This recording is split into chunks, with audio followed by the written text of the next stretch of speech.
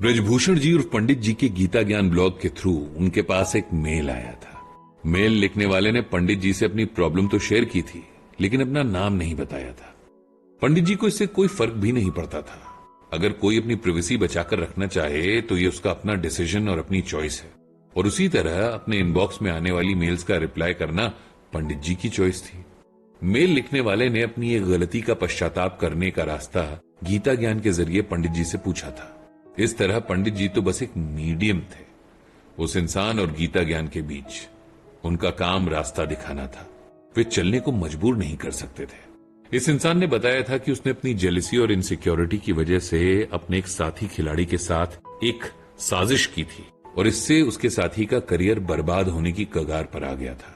इस इंसान को अपनी गलती का एहसास हो गया था, लेकिन उसके अंदर अभी इतनी हिम्मत नहीं थी कि वो सबके सामने अपनी गलती एक्सेप्ट कर पाए। पंडित जी ने उस इंसान को रिप्लाई लिखना शुरू किया। आपका मेल पढ़ा, आपने जो कुछ बताया उसके आधार पर आपकी सिचुएशन को समझने की कोशिश भी की। यह भी जानकर अच्छा लगा कि आपको अपनी गलती का एहसास है और आप उसे सुधारने के लिए कोशिश भी कर रहे हैं। मुझ तक आपका पहुंचना भी इसी कोशिश का नतीजा है। लेकिन सबसे पहले आपको एक बात समझनी होगी, आपसे जो गलती हुई वो आपने अपनी फीलिंग्स के कंट्रोल में आकर की, और फिलहाल आप उन फीलिंग्स से बाहर निकल गए हैं, इसीलिए आपको अपनी गलती का एहसास है। लेकिन बात यहीं खत्म नहीं होती है।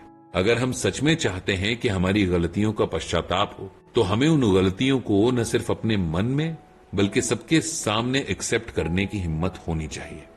जब तक हमारे अंदर यह हिम्मत नहीं है, तब तक हमें यह समझना चाहिए कि हम आधा अधूरा प्रायश्चित ही करना चाह रहे हैं। हम चाह रहे हैं कि हमारी भूल भी सुधर जाए और दुनिया के सामने हमारी झूठी इज्जत भी बची रह जाए। आप भी यही चाहते हैं, और इसीलिए आपका प्रायश्चित हमेशा अधूरा रहेगा। आप अपनी गलती का सुधार कैसे करेंगे जब तक आप उस इंसान की जिंदगी में सब कुछ ठीक नहीं करेंगे जिसकी जिंदगी आपकी वजह से डिस्टर्ब हो गई है।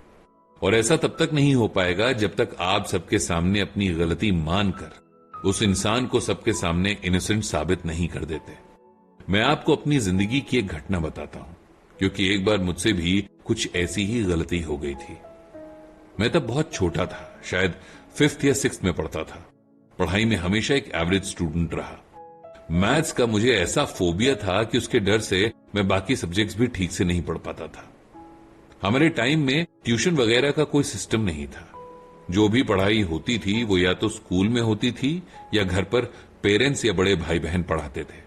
टीचर से डाउट्स पूछना भी कोई आसान काम नहीं था, क्योंकि तब के टीचर्स इतने फ्रेंडली नहीं हुआ करते थे। मेरे बड़े भाई सूर्यभूषण पढ़ाई में बहुत अच्छे थे, उनकी मैथ्स भी बहुत अच्छी थी, लेकिन वो बहुत स्ट्रिक्ट थे।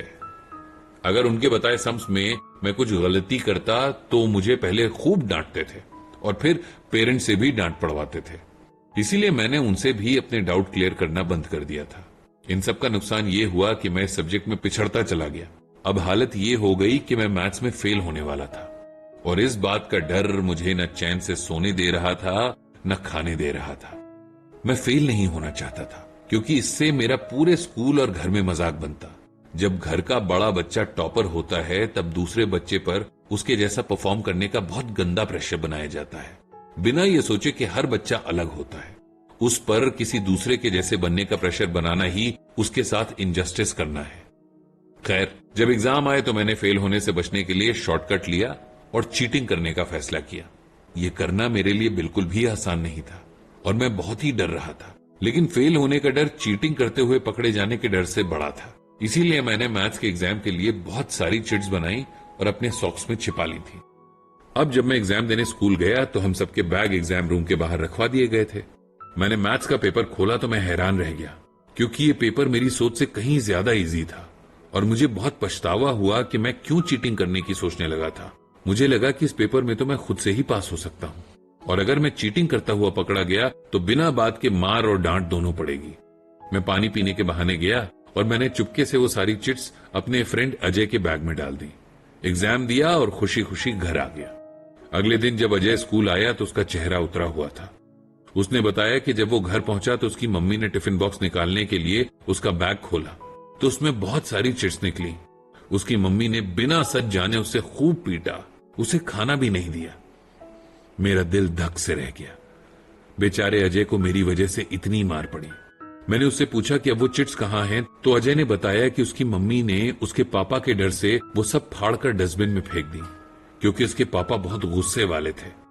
अब मुझे एहसास हुआ कि मेरी उस गलती की वजह से अजय अपनी मां की नजरों में हमेशा के लिए चीटर बन गया था। अब उसकी मां हमेशा उसे शक से देखेगी और उसकी जेन्युइन अचीवमेंट्स पर भी उन्हें लगेगा कि उसने चीटिंग की होगी। इस ख्याल ने मुझे बहुत परेशान कर दिया था। तब अपनी कजिन और बेस्ट फ्रेंड रेखा से मैंने ये बात शेयर की। उसने कहा कि सिर्फ अपने मन में सॉरी फील करने से कुछ ठीक नहीं होगा। अगर मुझे वाकई अपनी गलती का एहसास है, तब मुझे अजय की मां से सॉरी कहना चाहिए और उन्हें बताना चाहिए कि उनके बेटे की कोई गलती नहीं है। वो तो जानता भी नहीं था कि उसके बैग में चिट्स है। रेखा की बात सुनकर मुझे लगा कि अजय की मां से सॉरी कहना मुश्किल है, लेकिन बिना ऐसा किए मैं अपनी गलती को ठीक नहीं कर सकता। बहुत दिनों तक मैं हिम्मत जुटाता रहा और फिर एक दिन स्कूल से बंक मारकर सीधे अजय के घर चला गया। उसकी मां मुझे अच्छे से जानती थी। मैंने डरते डरते जैसे तैसे उन्हें सारी बात बताई और बहुत रोने लगा। अजय की मां ने मुझे गले से लगा लिया। उन्होंने कहा कि उन्हें खुशी है कि मेरे अंदर अपनी गलती को मानने और दूसरों के आगे उसे एक्सेप्ट करने की हिम्मत है। इसके बाद मैंने कभी जिंदगी में चीटिंग ना करने की कसम खाई।